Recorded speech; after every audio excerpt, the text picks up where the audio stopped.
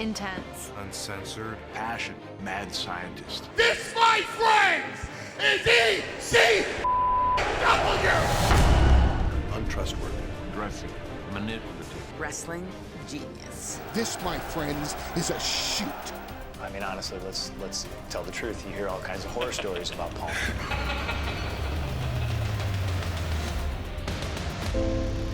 Paul Heyman is a lot of things, and a lot more than you may even realize. He's possibly one of the most influential people in the history of professional wrestling. Today, you know him as the special counsel of the tribal chief Roman Reigns, one of the top stars in the business. And most people who started watching wrestling after the year 2000 remember him for his association with Brock Lesnar as his advocate. And there aren't many in professional wrestling right now who have the gift of gab the way that Heyman does. And it isn't just the way he runs his mouth and sells the big matches that got him into the WWE Hall of Fame this year.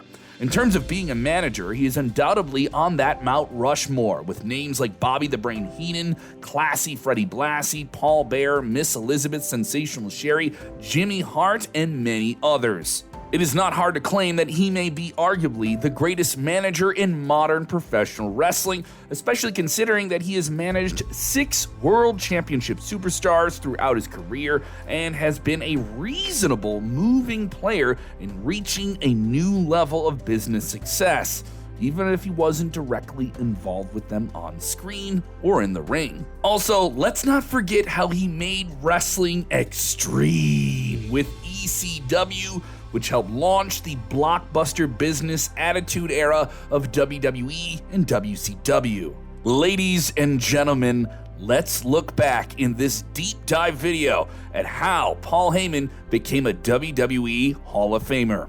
This is Sportskeeda Wrestling. I'm Kevin Kellum. Let us know your favorite Paul Heyman moments and memories in the comments below. Let's go back to where the story started. Let's rewind nearly 6 decades ago to 1965. Born into a Jewish-American family, Paul Heyman had an interesting background right from the start. For one, his mother was a Holocaust survivor, while his father was a World War II veteran and a lawyer. The second part is the most important, because it was watching his father as a lawyer that helped Paul Heyman develop his communication, or to put it simply, his ability to run his mouth. Heyman was always a business-minded guy and even began working in his early teens running a mail-order company. He had a newsletter called The Wrestling Times Magazine, and the guy was just hitting puberty. That's right, Paul Heyman worked for the dirt sheets first. He was just 13 years old when he decided that professional wrestling was the industry he was going to make his name, fame, and money in. So that should give you an idea of just how unique a character he would become. In 1979, at just the age of 14, when Vince McMahon Sr. was still in charge of WWE, then known as WWF, he sent a letter to the parent company Capital Wrestling and somehow worked his way into a backstage pass to take photos of live WWE events. He used these opportunities to network and build connections with pro wrestling stars, many of whom saw something special in the young kid. In 1981, he took a photo alongside Captain Lou Albano, Classy Freddie Blassie, and another beloved wrestling manager, the Grand Wizard, all of whom would become his influences for his managerial career in wrestling. The photo itself served as a little bit of a prophecy for young Paulie Heyman. A couple of years after this, Heyman, ever one to make himself present, made the bold decision to somehow sneak into an NWA production meeting wearing a baseball cap covering his face. Of all the people who would catch him doing this, it was none other than the American Dream, Dusty Rhodes. Dusty would call Heyman out in the room and ask him what the hell he was doing there, and Heyman responded enthusiastically by saying that he was there to learn from Dusty. We can only imagine how taken aback the American Dream must have been, but he responded by telling Heyman that he came to the right guy before making him sit in the back of the room. The young Heyman was asked about what he learned from sitting in on the production meeting, and after giving an impressive enough answer, Dusty told him that he could join in on the meetings whenever he wanted to. He couldn't do it for every show because NWA wasn't based out of the New York territory. And while Heyman was there, he used the opportunity to learn the production side of professional wrestling from the ground up, while also building connections with even more people and even more important names within the industry. He got involved with Jim Crockett, one of the top promoters with the NWA at that time, and once he built that connection, he connected with the Beast from the East himself, Bam Bam Bigelow, the superstar he would try to push into training to be a wrestler. But Heyman knew from the beginning that he had zero interest in being an actual pro wrestler. He seemed to be more keen on the backstage side of things. He also seemed to know early on that he was more suited to being that type of person, or maybe even a manager on screen. At the young age of 21, Paul Heyman made his on-screen debut as a manager on the independent circuit before getting a job at the much more popular Championship Wrestling from Florida. He there managed the duo of Kevin Sullivan and Oliver Humperdinck, becoming a man named Paul E. Dangerous Lee. This early character was inspired by popular actor Michael Keaton's Johnny Dangerous Lee, and he sported a mullet and shades, the typical 80s in a suit douchebag look. Yeah, the stock bros of today. His character was a bona fide D-bag anyway, bragging about his wealth and connections while carrying around an oversized mobile phone. Yeah, the phones were as big as a brick back then. So yeah, if you got hit with that phone, it would hurt. After time in AWA, the American Wrestling Association, CWA, the Continental Wrestling Association, Heyman would then be at the side of Tommy Wildfire Rich and Austin Idol against Jerry Lawler. His next important career move will be jumping to the Continental Wrestling Federation. For younger fans, this may sound a little bit confusing, but this was the nature of the territorial wrestling system of the time, something Heyman wasn't exactly a complete fan of, but we'll get back to that later on, and it's pretty important. He would join a wrestler by the name of Eddie Gilbert, who was the husband of the valet Missy Hyatt at the time. While Eddie Gilbert was the head booker of the Continental Wrestling Federation, Paul Heyman became his assistant. It was during this time that he developed a reputation for being one of the biggest behind-the-scenes up-and-comers in the business, garnering praise for his writing and vision and approach to putting wrestling characters on television and how that television should be produced. It's really important to remember that he was just 22 years old and he was being noticed as someone who could be at this level. His next major stepping stone was the NWA, where he became the manager of the original Midnight Express against another great hothead manager, Jim Cornette, and his new Midnight Express. It's also around this time when he managed a young star by the name of Mean Mark Callis, a man you may now know as The Undertaker. Heyman was already an on-screen established character, a backstage player, and now he was going to add another major skill set in the NWA: commentary for the company that would soon become WCW. Alongside Jim Ross, he was now learning the ropes of broadcasting professional wrestling and helping to tell the stories for the fans at home for what was going on in the ring. But Heyman ultimately was in demand when WCW needed some real slimy heels, and he was the centerpiece of what would become a very formidable faction, the Dangerous Alliance.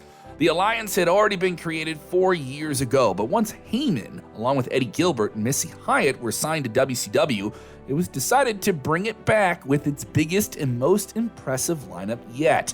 The storyline saw Paul E. Dangerous Lee get fired from his commentary role, and he plotted his revenge against WCW because he was still a managerial licensed professional. He used ravishing Rick Rude against the United States heavyweight champion Sting and conspired to wreak Halloween Havoc, on the company. In the end, he formed a faction comprising Rude, Bobby Eaton, Arn Anderson, Larry Zbyszko, Medusa, and this young kid named Stunning Steve Austin. There was a lot of potential in this group. I mean, look at that lineup, but it was seemingly wasted. Arn Anderson called the Dangerous Alliance one of the greatest gatherings of talent in wrestling history. You look at those names, it's hard to disagree. They dominated WCW for a year or so and saw some championship success, with Stunning Steve becoming the TV champion, Rick Rude capturing the US title, Arn Anderson and Larry Zbyszko along with Bobby Eaton winning the tag team titles. But bad booking and a creative misfire stifled the potential of the group, who could have done a lot more than they got to do. Dangerous Lee's group even went to war in War Games, but came up short against Sting's squadron. Some have speculated that the controversial take of head booker at the time of WCW, Bill Watts, was something in conflict with Paul Heyman, something that he may have found hard to agree with because he would find himself in constant disputes with Watts. This would lead to a bitter dispute where Heyman got fired, leading to him to file a lawsuit for wrongful termination and ethnic discrimination, a case that was settled out of court. Once done with WCW, Paul Heyman knew one thing: the territory days were well behind wrestling, and the future of wrestling was something completely different. Once again, he had a vision for what was coming up.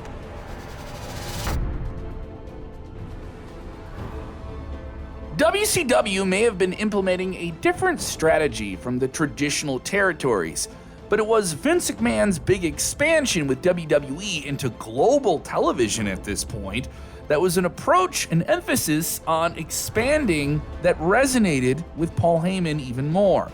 Still, he wanted to create something different, something that wasn't akin to the old ways, while also being a viable alternative to the giants that were in place in WWE and WCW. Heyman would reach out to the hot hand of his close friend once again, Eddie Gilbert, now a part of the NWA territory known as ECW, Eastern Championship Wrestling. Wait, wasn't it Extreme Championship? We'll get to that, don't worry. And it was here, at this point, that the whole story evolved to the defining chapter of Paul Heyman's legendary career. ECW had first evolved from a promotion called TWA, Tri-State Wrestling Alliance, very regional. It was formed by a man named Joel Goodhart, who sold his share of the promotion to his business partner and pawn shop owner Todd Gordon. Todd Gordon would turn this into Eastern Championship Wrestling and had Eddie Gilbert as its lead booker, who insisted that they join the National Wrestling Alliance, which they did. The issue of owner and booker became a real problem, with Gordon and Gilbert not getting along and having a major falling out. And since Gordon was the one in charge with the money, he fired Eddie Gilbert and replaced him with Paul Heyman, who is now 28 years old and seeking greener pastures, new opportunities to make his mark on the wrestling industry his way. And he made a lot more than just a mark. Heyman was going to play the long game rather than strictly focusing on big names of ex-WWE stars, though they would be utilized. He decided to gamble more time on younger, more unknown wrestlers like Tommy Dreamer, The Sandman, Sabu, and former WCW star Shane Douglas, to name a few. Second, he began to push the envelope and encourage more extreme, violent content, perhaps seeing a change in demographics or in pop culture in general that weren't being reflected in pro wrestling. Thirdly, he got some extremely talented wrestlers from the international landscape of professional wrestling from Japan, Mexico, and a variety of styles and promotions that blended their way into ECW. ECW quickly became the crown jewel of the NWA, and it was decided that the now vacant NWA World Championship would be given to ECW star Shane Douglas in a tournament. But what NWA officials didn't know was that behind the scenes, Heyman and Todd Gordon were planning something earth-shattering.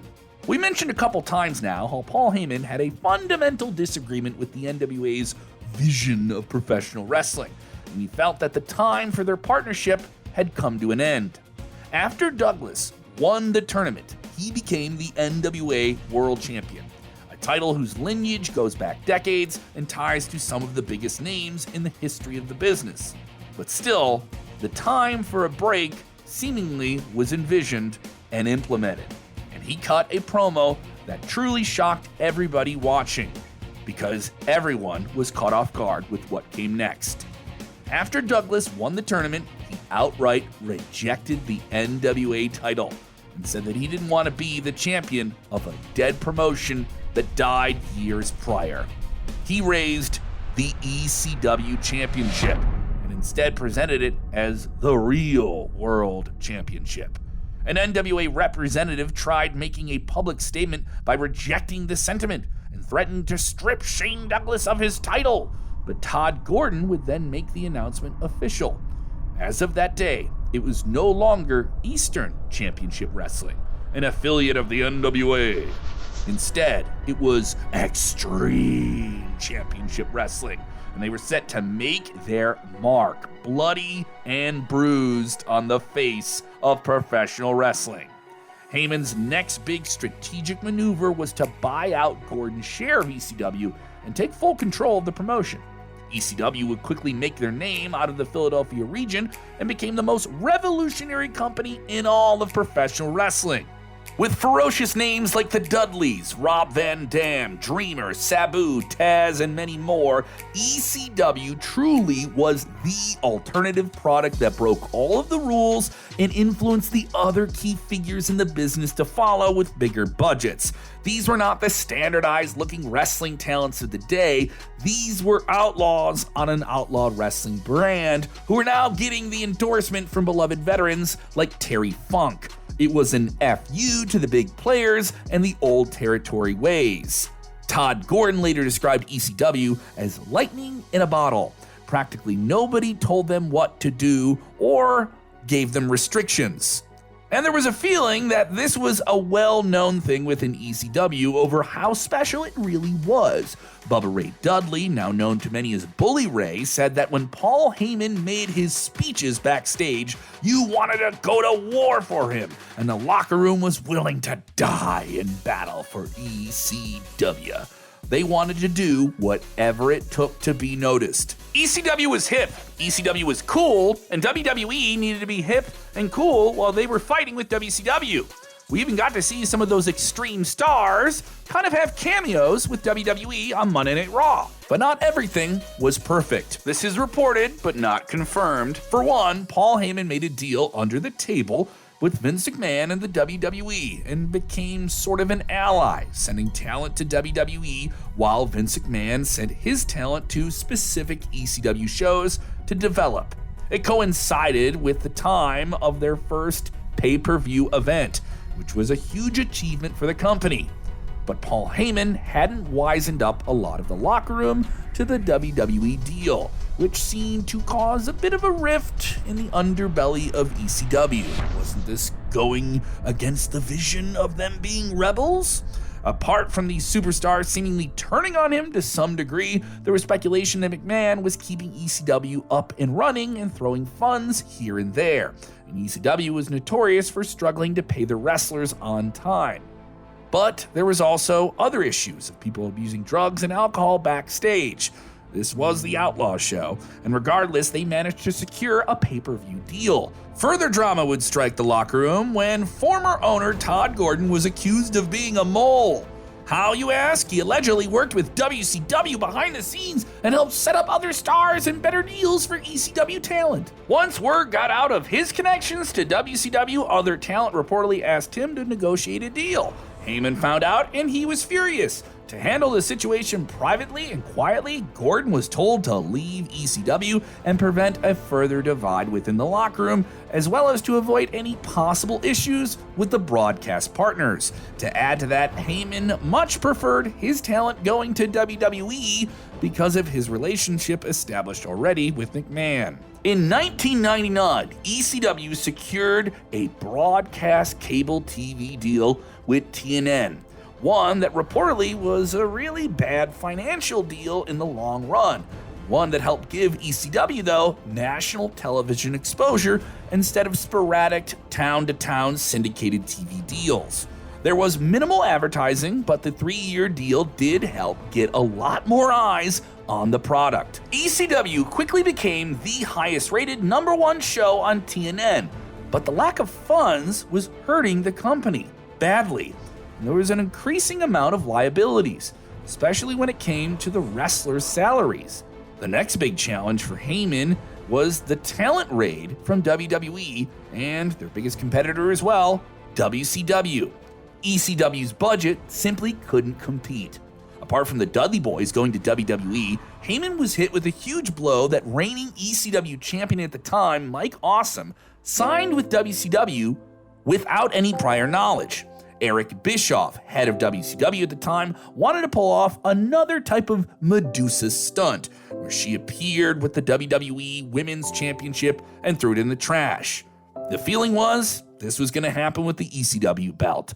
The paranoia that once hit WWE with the Montreal Screwjob was now hitting ECW. There was not going to be any screwjobs needed here, though, because Paul Heyman, once again, the son of a lawyer, filed a legal notice to WCW and prevented the dustbin angle from ever happening.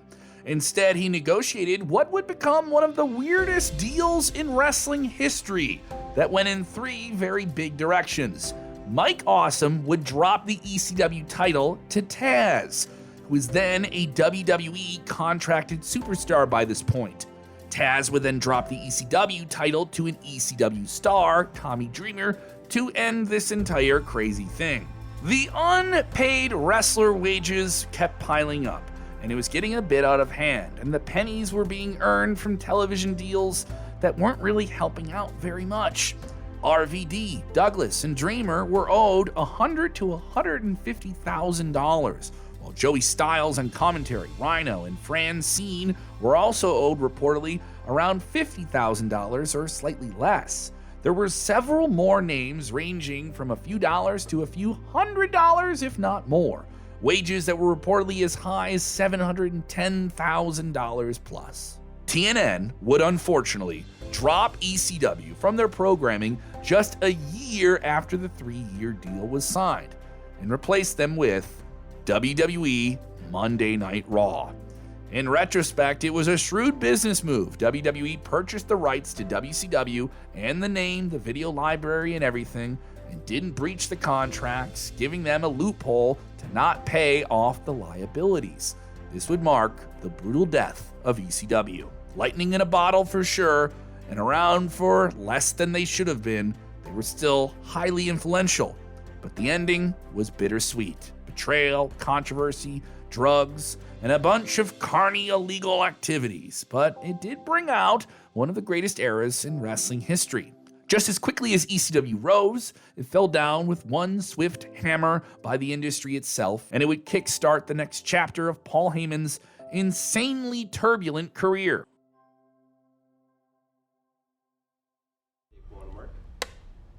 Ladies and gentlemen, my name is Paul Heyman.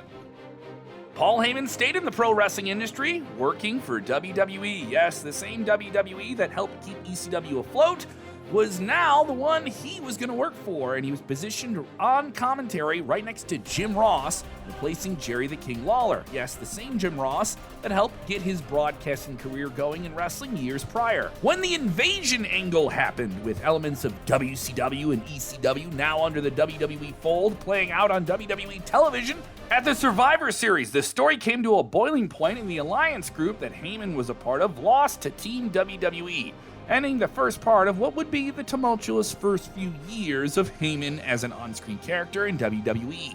He once again decided to work behind the scenes and accepted a big role that could have gone wrong. WWE just introduced the Raw and SmackDown brand split. Heyman was assigned a very special role, being the lead writer. McMahon encouraged the separate teams of Raw and SmackDown to have a real competition in order to elevate the product overall. Heyman passed with flying colors.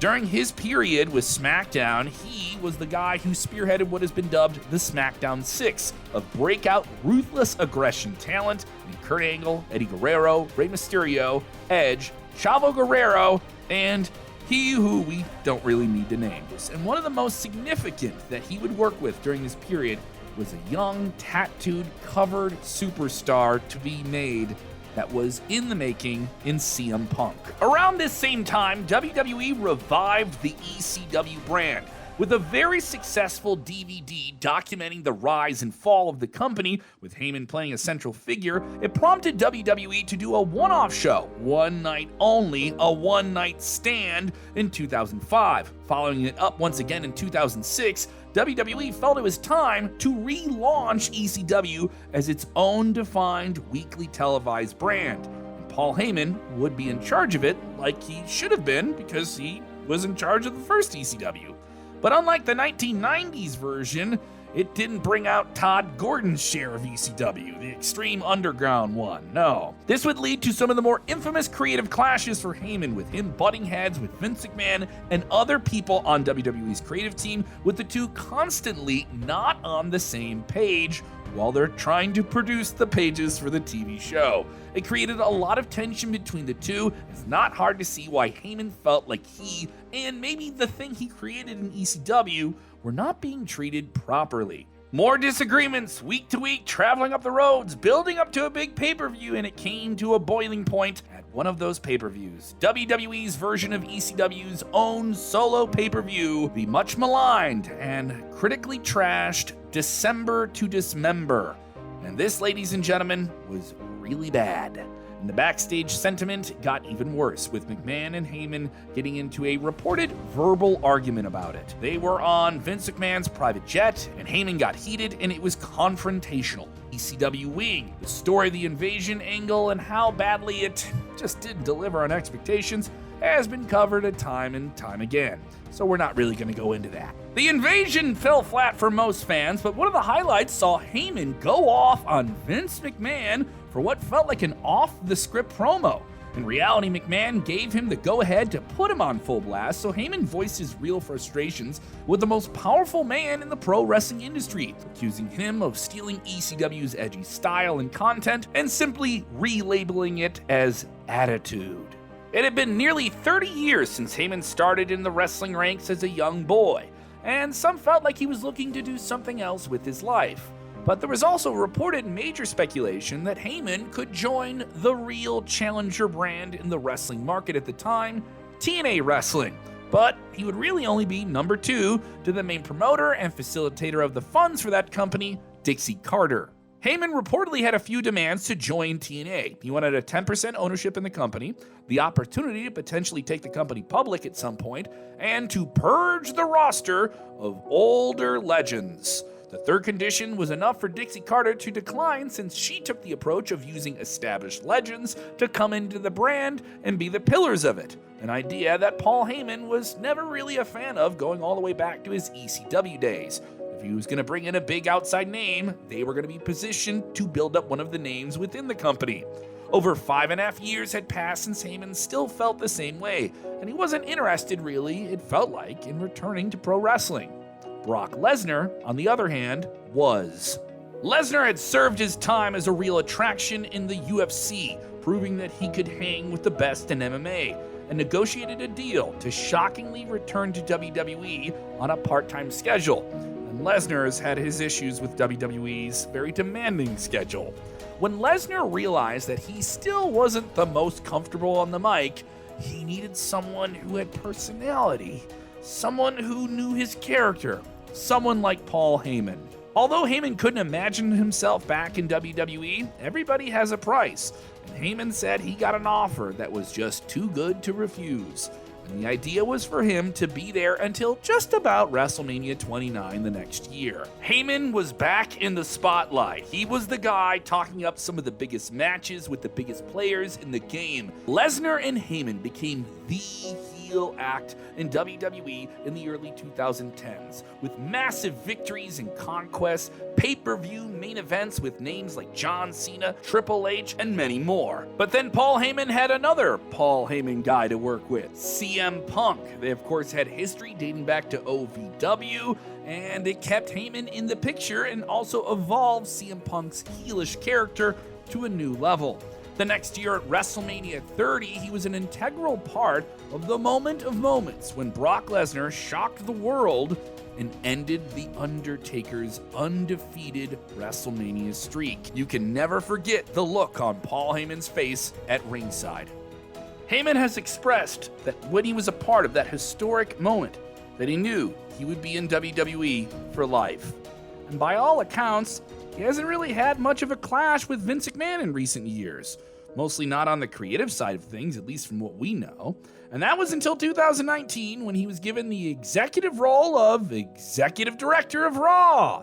That was an instant difference in Raw until there wasn't. Once again, he didn't really have the final say. It was still a WWE show under the control of Vince McMahon, and his creative clashes were something that was maybe more evident or at least more manageable this time around.